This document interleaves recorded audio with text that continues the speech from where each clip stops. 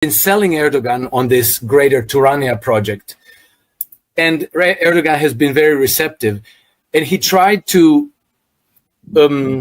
co-opt Turkey into their war on Ukraine, on Russia and Ukraine. They wanted to bring Turkey as a Western ally in the proxy war against Russia and Ukraine. They wanted Turkey to support the West in Ukraine.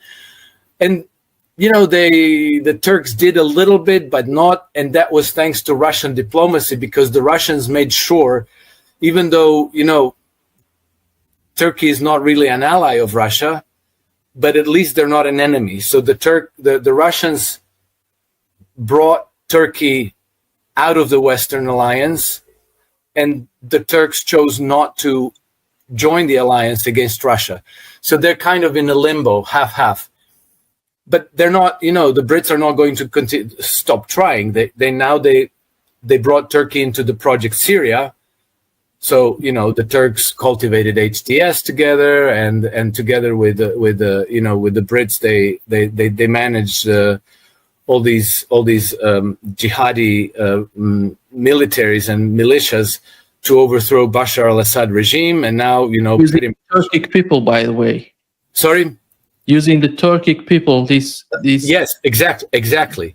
But you know, the Russians know that this is coming from them in the future. If they let this stand, because the Russians are very vulnerable to these jihadi terrorist groups that the West cultivates in Dagestan, in Chechnya, they you know, in Kazakhstan and elsewhere. I mean, okay, Kazakhstan is not in Russia, but I mean, you know, it's all along the soft underbelly of Russia, where they are at risk of being infiltrated by these terrorist groups. So if they consolidate their power in the Middle East, in Syria, and start gaining ground, well, then, you know, they're like, as they incubated them in Idlib to attack Syria, they can now incubate them better in Syria to eventually attack Iran and to attack ultimately Russia as well, and then China as well through Xinjiang. So I think there's no question that the Russians and the Chinese and the Iranians are aware of all this, and that they need to counter it. Now, how dangerous is all this?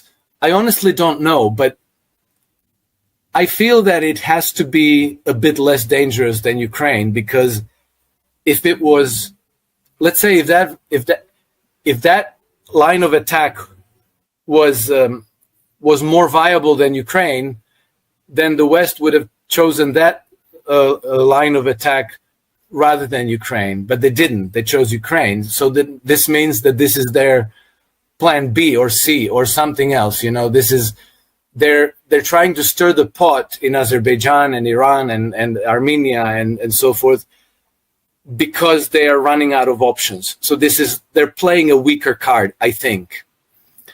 But we'll find out. This new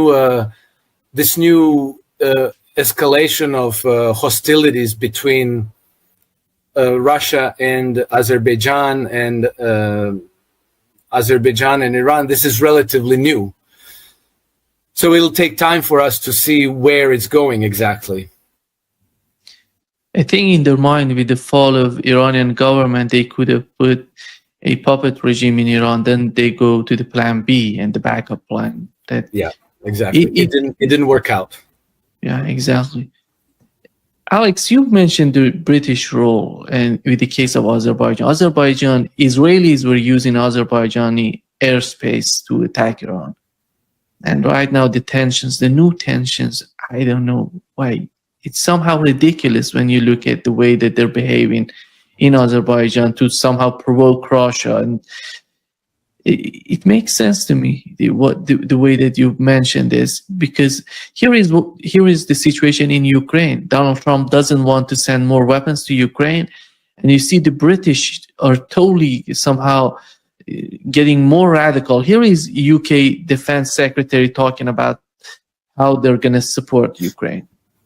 And I announced that we would increase to £4 billion in this Parliament, the investment that we make in autonomy in drones.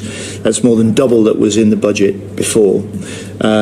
It's largely capital expenditure, and we will learn the lessons from Ukraine in being able to develop not just better and produce more drones for Ukraine, which we will do this year. We will increase by at least tenfold the drones that we supply to Ukraine this year.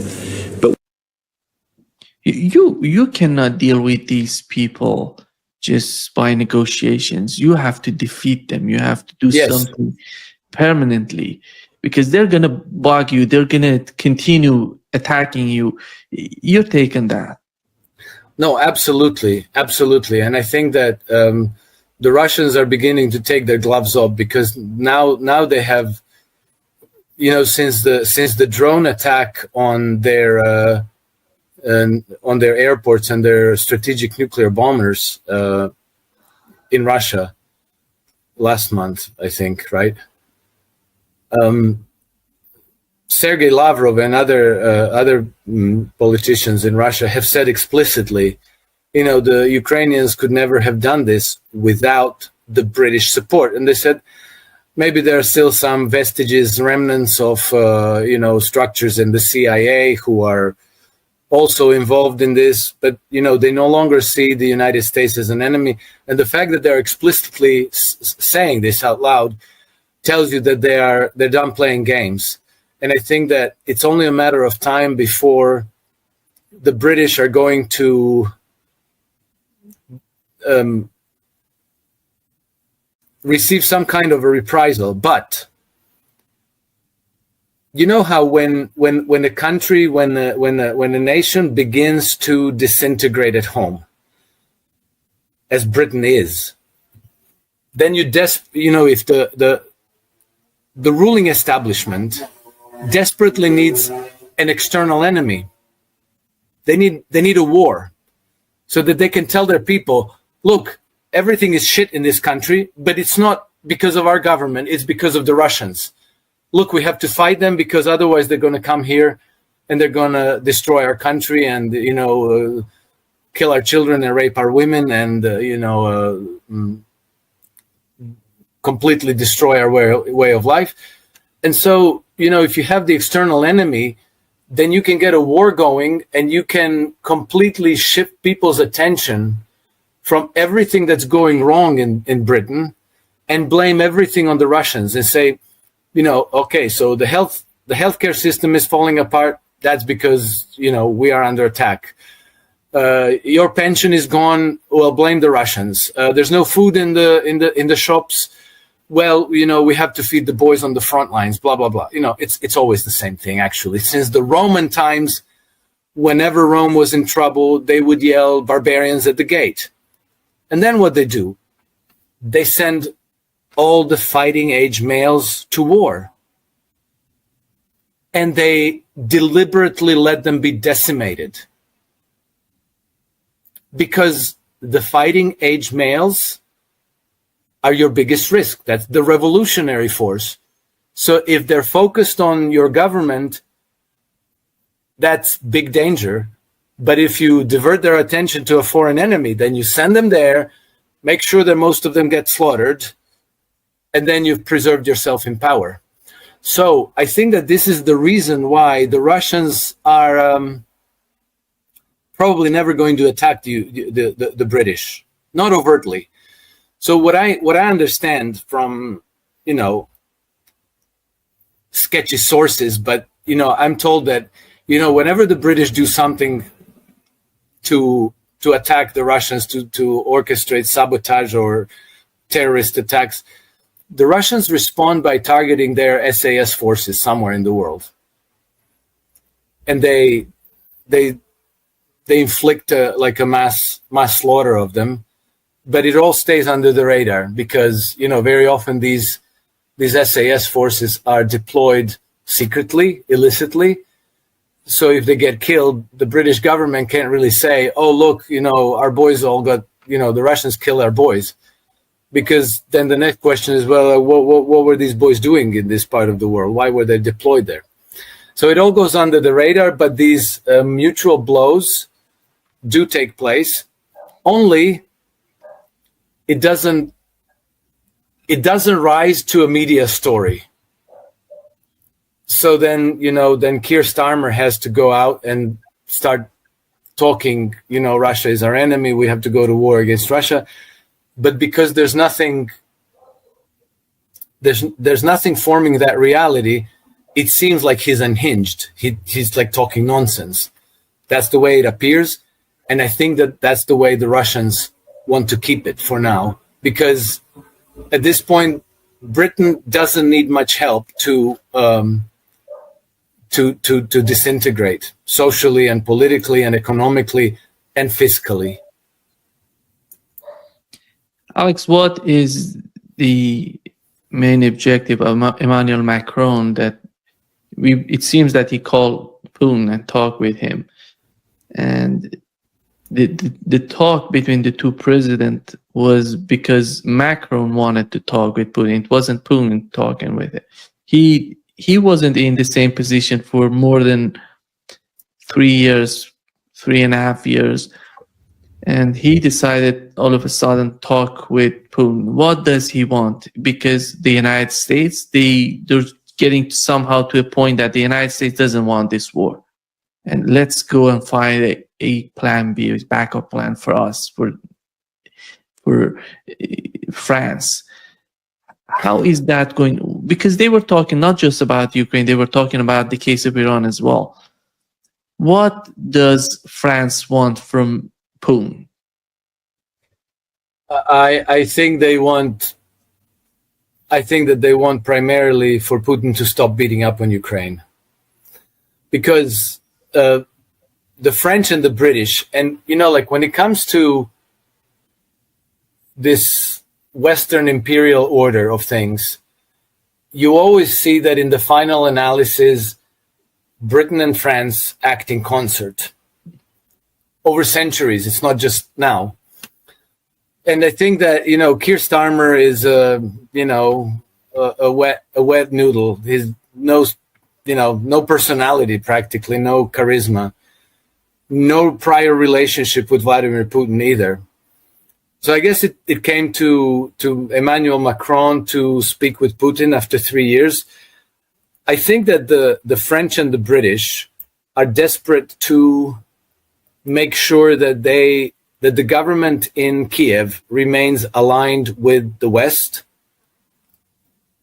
and that they keep the Black Sea coast open so that Kiev doesn't end up landlocked. So they want to keep Odessa under whatever is remained of Ukraine. And so the French and the British did start deploying troops to Odessa, not very large numbers, but some, because they are very, very anxious to make sure that Odessa and at least part of the Black Sea coast remains under Western control. And so I think that at this point, they want to try to make a deal with the Russians to keep them from going all the way to Dnieper and from going all the way to take Odessa and the rest of the coast of the Black Sea, which would be a major, major strategic defeat for the West, because not only do they get ejected from the Black Sea, they lose a beachhead for future actions against Russia, because, you need a port where you're going to bring troops and weapons and ammunitions and drugs. If you want to run an opium war against Russia, you need a port to bring the drugs. You need control over the customs, which the British did secure, and control over the port of Odessa. So you lose that beachhead. So that's a major loss, major strategic defeat. Not only that, if the Russians control the whole of Black Sea port, then part of the landlocked part of the European Union has a new outlet. Well, new. They have an alternative outlet. So let's say Austria, Slovakia, Hungary, Czech Republic, they are part of the EU, but the exit to the Black Sea goes by the Danube River, and now Danube River exits into the Black Sea between Romania and Ukraine. So if Russia takes over the whole coast of the Black Sea to Moldova and Ukraine, they can offer an alternative to the Hungarians and to the Czechs and the Slovaks and the Austrians, and to say, look, you're landlocked, but you have the Danube and it comes into the Black Sea, and we can trade. You can become part of our customs union, or you can join the BRICS.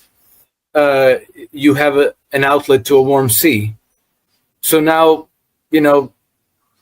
they can, the European Union cannot blackmail them as easily as they could now. So that's another reason why the French and the British and the European Union, Brussels, are very, very anxious that Russians don't take over Odessa.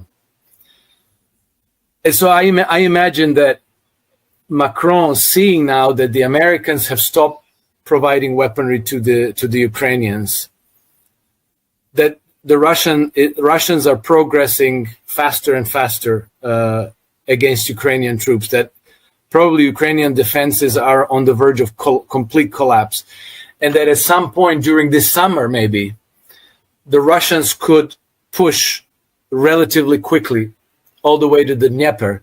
So that's game over for Project Ukraine, completely. So now what do? You're getting defeated militarily. Now you have to talk to them, and now you have to say, like, please, please, please, please, please, please don't take Odessa from us. Please, let's make a deal.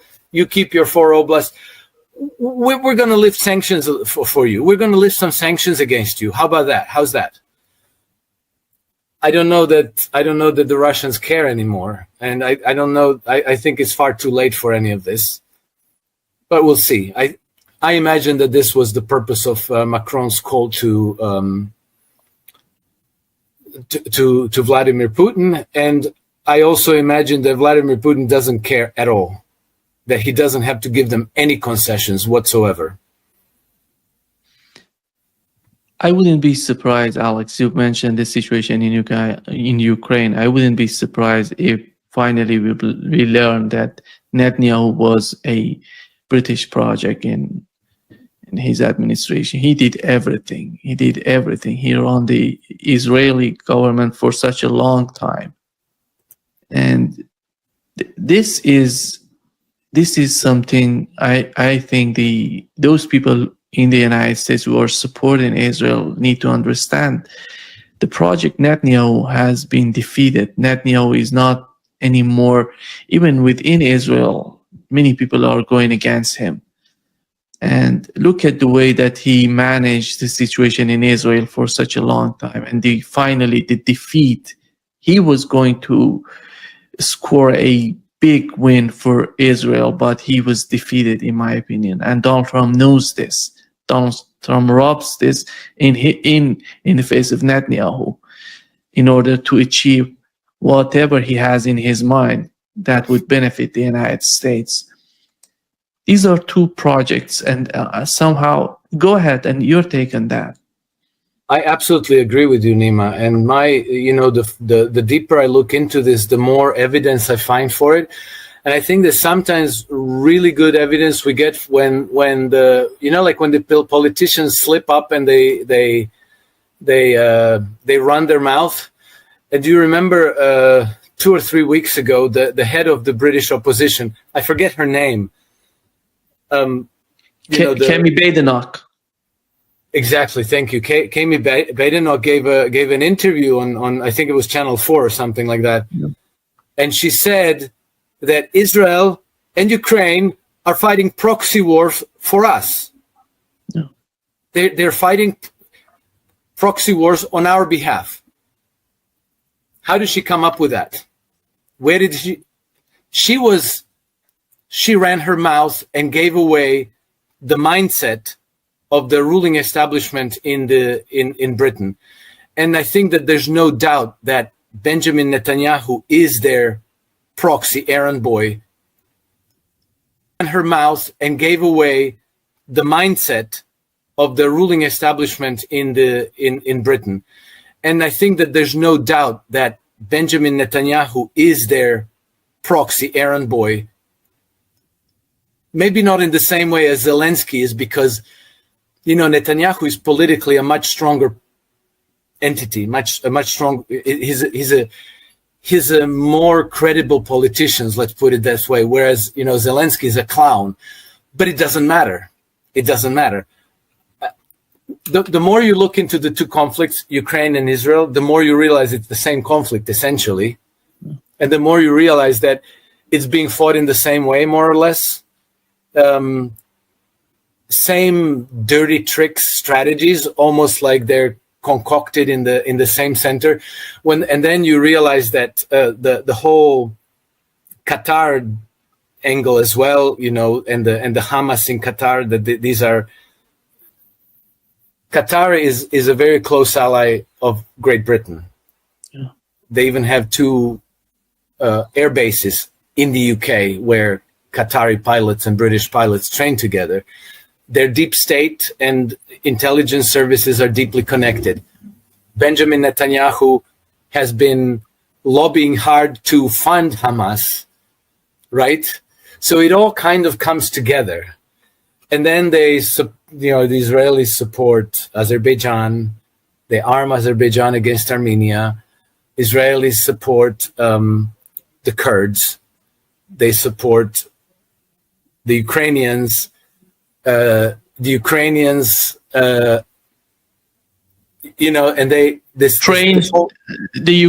trained the Syrian government to. Yes, and they you know, like they now, you know, this moron of a UK defense minister, Healy, was talking about drones. Well, you know, then they train up Ukrainians to run the drones program. And so then when they needed drones in Syria, then they brought Ukrainians to train up the HTS jihadis to be able to use drones to attack Syria. So it all kind of connects together, and you really do see that it's basically the fault line is the Western Empire against everybody else, and the Western Empire, as it always has done, always works through proxies, and they always try to hide their hand. And you know, like it's not just Israel, it's not just Ukraine, it's Azerbaijan. Very, very recently, they announced a military cooperation agreement between Britain and Kazakhstan. And then in February, they announced a military cooperation agreement between Great Britain and the government of Bosnia-Herzegovina, because they decided, the next front in the war between Russia and the West is going to be the Balkans, inevitably. This is what RUSI, the Royal United Services Institute in London, openly declared. So this business of arson attacks against peace, wherever they can, is continuing, and it's always emanating from London. And so then when you look at the way they act and the way they hide their hands, it's always the same thing. So they come with these military attachés, and they work with the target country's security services. And then they come with charities and NGOs and private contractors, and they start helping with education and modernizing the media and modernizing the markets and massaging the public relations. So you have a company called Albany Associates, for example, one of these private contractors. And Albany Associates is very active in Bosnia. And today, 60% of the Bosniaks think that the greatest threat to them is coming from Russia, which makes no sense whatsoever. But they're feeding them manure through the media nonstop.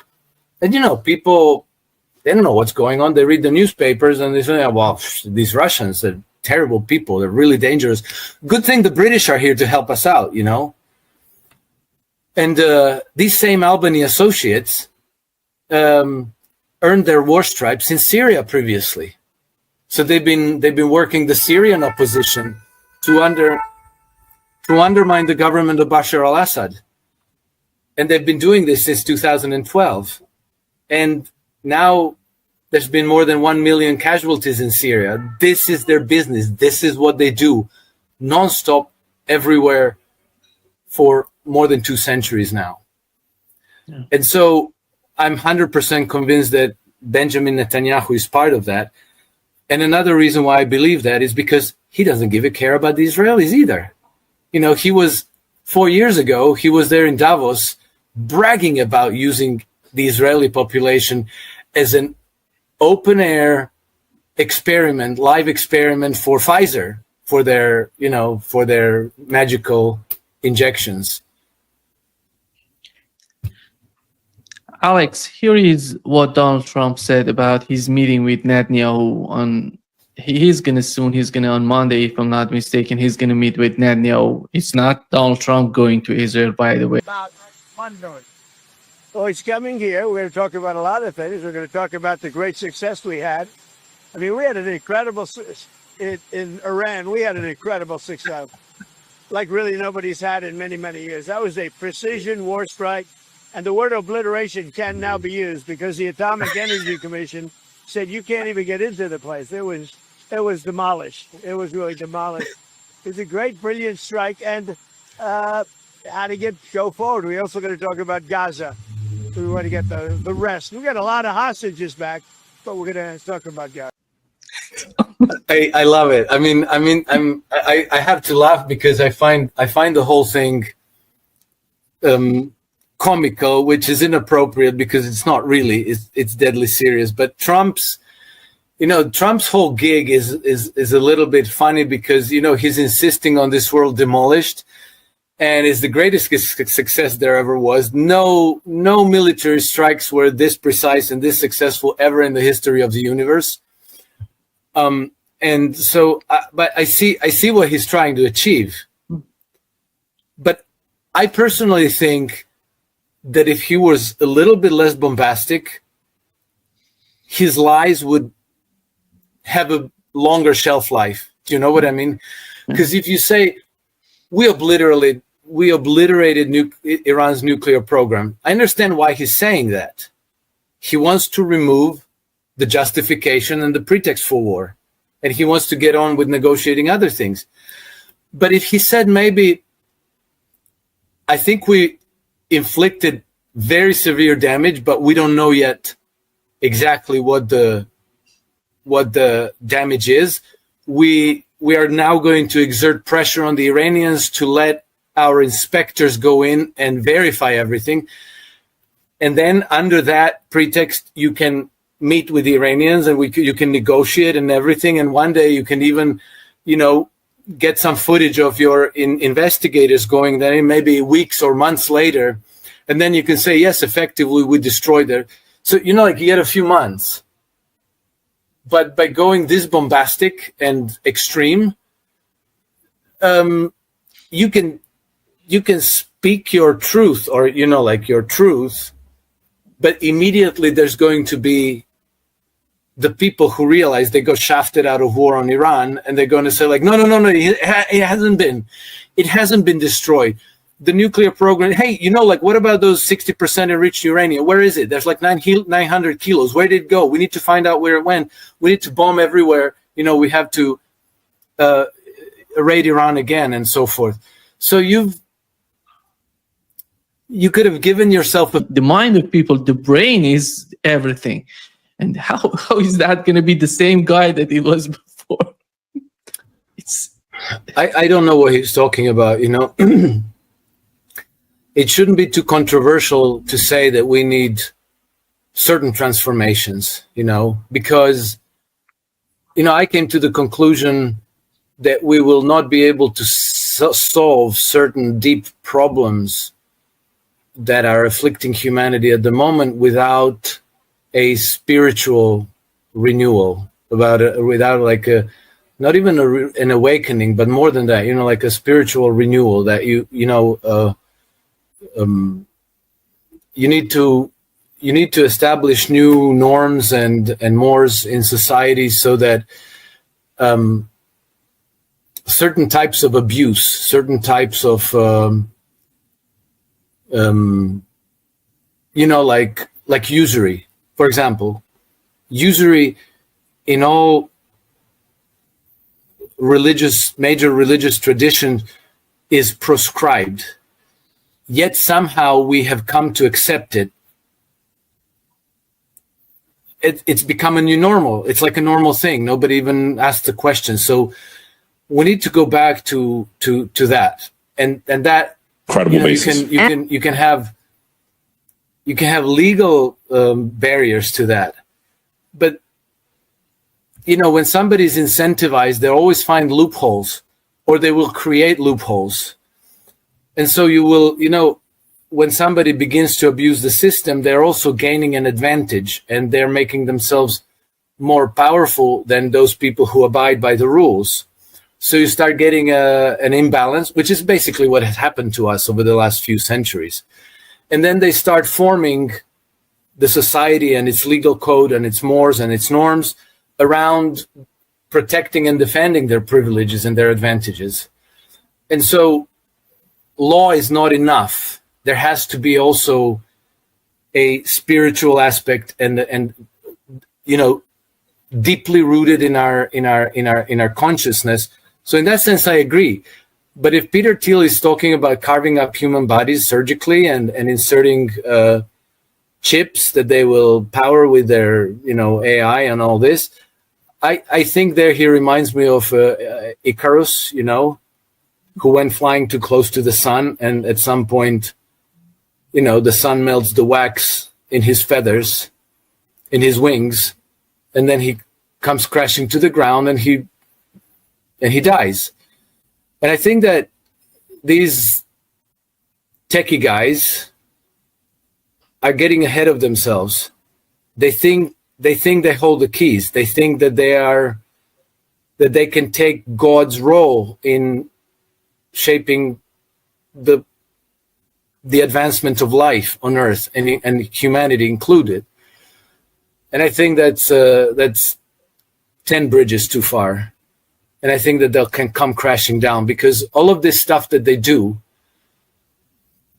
if you extrapolate the progress of what they do, then the straight line goes to things that stimulate their imagination. And then they think like, we're going to have people fitted with the brain chips and interface between AI and brain and big databases. And remember Klaus Schwab talking to Sergey Brin in Davos and saying like, can you imagine 10 years from now we're all going to have a chip in our brain? So they fantasize about this, and then they probably get a little bit carried away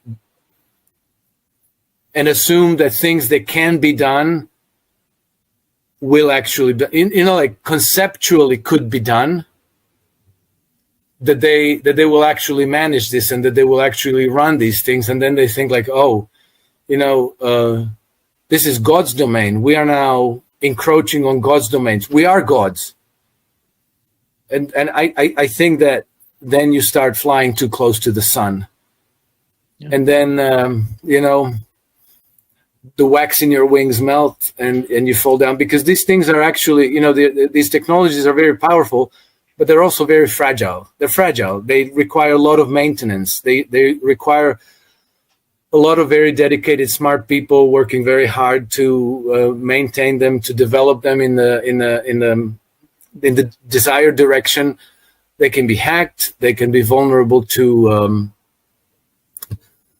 sabotage and to all kinds of, as with any advanced technology, it's vulnerable to all kinds of things that can undermine it. They can misdirect it. They can put sand into the gears, and in the end, we go back to being biological beings and not hackable animals.